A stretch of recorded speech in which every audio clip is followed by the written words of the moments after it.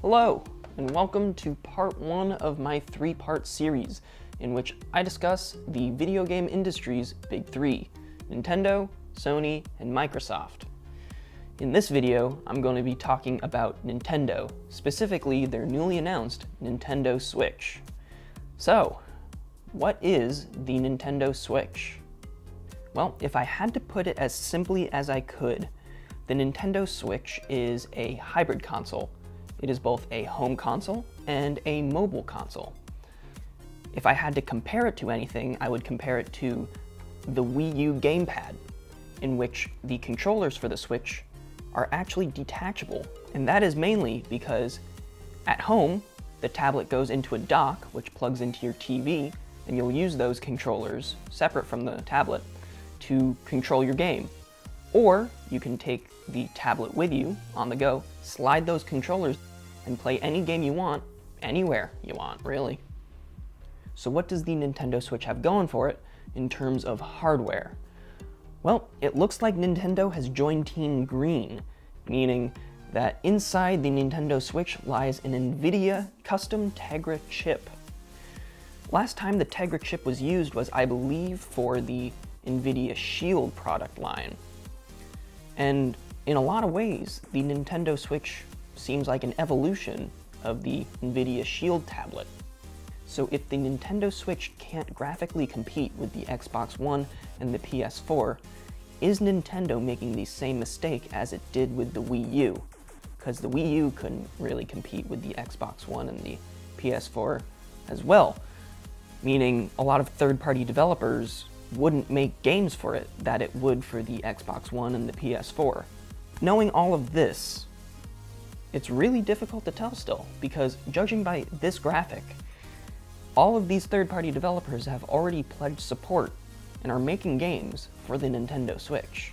But what about first-party titles or games Nintendo are making themselves? And if we're being brutally honest, the only real reason why anybody would buy a Nintendo console in the first place. Well, in the Switch reveal trailer we saw two: a new 3D Mario game and The Legend of Zelda Breath of the Wild. It's rumored that the 3D Mario game is going to be a launch title, while the Legend of Zelda Breath of the Wild won't be launching with the Switch at March. In fact, it'll be releasing later in the year, in the fall. Now, it's important to clarify that these are just rumors, but if true, it'll be a real shock because everyone was expecting the new Zelda to come out when the Switch was released. It would be really the console seller it needs. Maybe Mario will replace that, but Zelda. So with a hybrid console, Nintendo is trying to blend the mobile market and the home console market into one. And this is really important for them because there is a stark dichotomy in Nintendo's markets. With their home market, with the Wii U, it's at the end of its life cycle, and we can conclude that it did not do well. It did not hold a candle to the Wii and did not meet expectations in the slightest, Nintendo's or the consumers. On the other hand, we have Nintendo's mobile market, the 3DS and 2DS, which is still selling incredibly well given its life cycle. The 3DS is still wildly popular, especially in Japan and North America, with a gigantic installation base. Nintendo has been keen to let folks know that the Switch is not going to replace the 3DS, but I find that really silly because it should.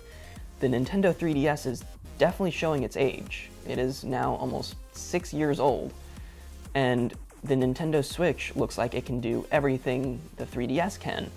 I mean, except for 3D, but who really uses that anyway? So can a hybrid console in which you can switch between mobile and non-mobile gaming like that succeed in today's market?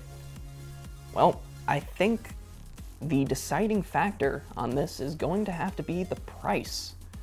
With such a tiny console, especially compared to the Xbox One and PS4, it doesn't seem like Nintendo is able to fit a lot of hardware into the Switch, meaning this could drive costs way down.